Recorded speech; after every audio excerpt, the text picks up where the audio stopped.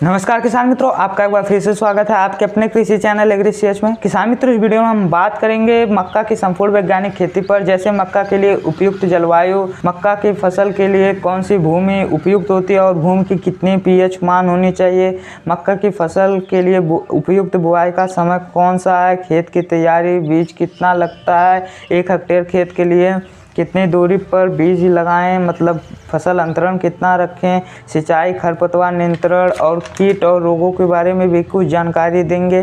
तो किसान मित्रों, इन सभी विषयों में इस वीडियो में हम बात करेंगे। किसान मित्रों ध्यान दीजिएगा, इस वीडियो में बताए गए सभी मात्राएं, चाहे वो खाद की हो चाहे बीज की हो, वह 1 हेक्टेयर खेत के लिए है। तो पूरी जानकारी के लिए वीडियो के अंत तक जुड़े रहिएगा। तो चलिए शुरू करते हैं। किसान मित्रों, मक्का एक पोएसी कुल का पौधा है और इसका वनस्पति नाम जिया मेज है और इसकी उत्पत्ति स्थान दक्षिणी अमेरिका है। मक्का की फसल के लिए जलवायु पर बात करें तो मक्का ग्रीष्मकालीन फसल है। इसके वृद्धि काल के लिए 25 से 32 डिग्री सेल्सियस का तापमान उपयुक्त होता है। मक्का की फसल के लिए उपयुक्त भूमि तथा भूमि का पीएच मान कितना होना चाहिए। मक्का की खेती उचित मृदा प्रबंधन द्वारा अनेक प्रकार की भूमियों में की जा सकती है, परंतु अच्छी बढ़वार और पैदावार के लिए दोमट मिट्टी उपयुक्त होता है। परंतु ध्यान दें, यदि जल निकास ठीक नहीं है तो मक्का की फसल अच्छी नहीं होगी। मृदा का पीएच मान 6 से 7 के बीच होना चाहिए और यह पीएच मान बहुत उपयुक्त पीएच मान है। किसान मित्रों, मृदा का पीएच मान 8 तक भी हो तो भी मक्का की खेती सफलतापूर्वक की जा सकती है। बुआई का समय पर बात करें तो किसान मित्रों, उत्तरी भारत में मक्का की जो बुआई होती है वह खरीफ में वर्षा प्रारंभ होने पर की जाती है। लगभग जून के मध्य से जुलाई के प्रारंभ तक बुआई चलती है।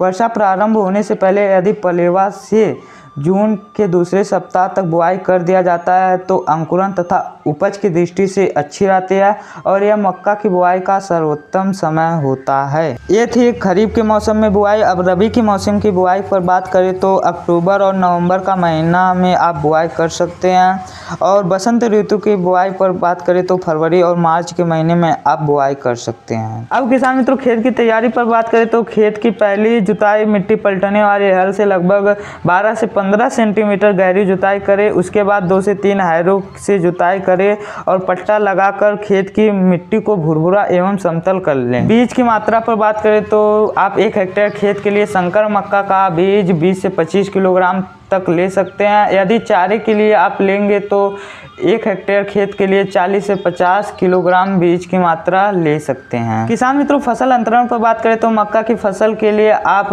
60 × 25 सेंटीमीटर का फसल अंतरण रख सकते हैं। यह फसल अंतरण उपयुक्त फसल अंतरण है। 1 हेक्टेयर खेत के लिए उर्वरक की मात्रा पर बात करें तो किसान मित्रों, संकर मक्का के लिए आप 120 किलोग्राम नाइट्रोजन, 60 किलोग्राम फास्फोरस और 60 किलोग्राम पोटाश ले सकते हैं।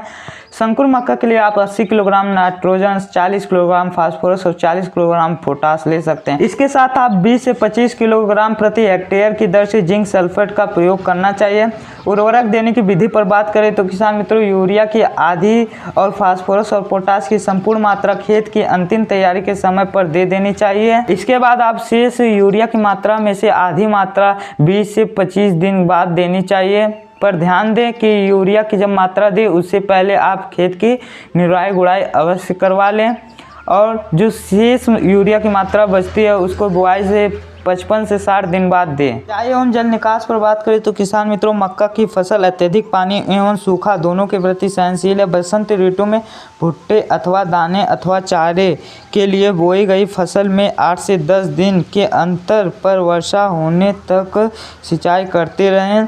पानी की कमी से किसी भी समय फसल नष्ट हो सकता है। नर मंजनी आने, दाने बनाने व दुधिया अवस्था में यदि आप सिंचाई नहीं करते तो उपज में भारी कमी लगभग 20% तक आ सकती है। वर्षा से पहले जून में बोई गई जो फसल है उसमें 10 से 15 दिन के अंतराल पर 2 से 3 सिंचाई की आवश्यकता पड़ती है। जुलाई में बोई गई फसल अधिकतर वर्षा पर निर्भर होती है। यदि बीच में सूखा पड़ जाए तो आवश्यकता अनुसार सिंचाई करनी चाहिए। जायद में मक्का की फसल को 8 से 6 सिंचाई की आवश्यकता होती है। अधिक पानी मक्का के खेत में यदि 24 घंटे तक रुक जाए तो फसल नष्ट हो सकती है।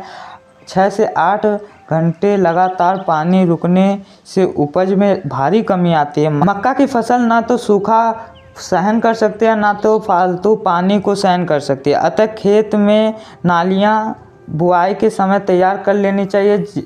वर्षा की फालतू पानी सदैव खेत के बाहर निकाल देना चाहिए। खरपतवार नियंत्रण पर बात करें तो किसान मित्रों, मक्का के खेत में निराई गुड़ाई का बहुत महत्व होता है। खेत को सदैव खरपतवारों से मुक्त रखने के लिए 2 से 3 निराई गुड़ाई खुरपी से करें। गुड़ाई करते समय ध्यान दें कि गुड़ाई 4 से 5 सेंटीमीटर से गहरी ना करें। सीमाजीन 1 से 1.5 किलोग्राम प्रति हेक्टेयर 800 लीटर पानी में घोल बना के बुआई के दूसरे या तीसरे दिन अंकुरण से पूर्व प्रयोग करें, जिससे खरपतवार नष्ट हो जाती है। अगर किसान मित्रों रोग और कीट नियंत्रण की बात किया जाए तो मक्का की फसल में मुख्य रूप से टिड्डा, तना छेदक, पत्ते लपेटक, कमला कीट से अधिक हानि होती है।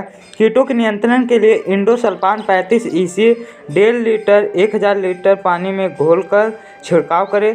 पत्तियों का झुलसा एवं तुला सीता रोग के नियंत्रण हेतु डाइथेन M45 1.5 किलोग्राम प्रति हेक्टेयर प्रयोग करें। किसान मित्रों कटाई की बात किया जाए तो संकर प्रजातियां 100 से 110 दिन में कटाई के लिए तैयार हो जाती हैं। अगर किसान मित्रों इन बातों को ध्यान रखकर अगर आप मक्का की खेती करते हैं तो आप एक मक्का की खेती से एक अच्छा उत्पादन ले सकते हैं और एक अच्छा मुनाफा कमा सकते हैं। किसान मित्रों आज की वीडियो में हमने बात किया मक्का की वैज्ञानिक खेती पर। अगला वीडियो किस टॉपिक पर लाएं आप कमेंट करके बताइए। आज की वीडियो में बस इतना ही। अगर किसान मित्रों यह वीडियो आपको अच्छा लगा होगा तो वीडियो को लाइक, चैनल को सब्सक्राइब और शेयर करना ना भूलिए, ताकि अन्य किसान मित्रों को भी मदद मिल सके। और किसी क्षेत्र में आपको कोई भी समस्या हो तो हमें कमेंट कीजिए, हमारी कोशिश रहेगी आपकी समस्या का निवारण हो सके। आज के वीडियो में बस इतना ही। अब मिलेंगे एक नए वीडियो के साथ, एक नए टॉपिक के साथ। तब तक के लिए धन्यवाद।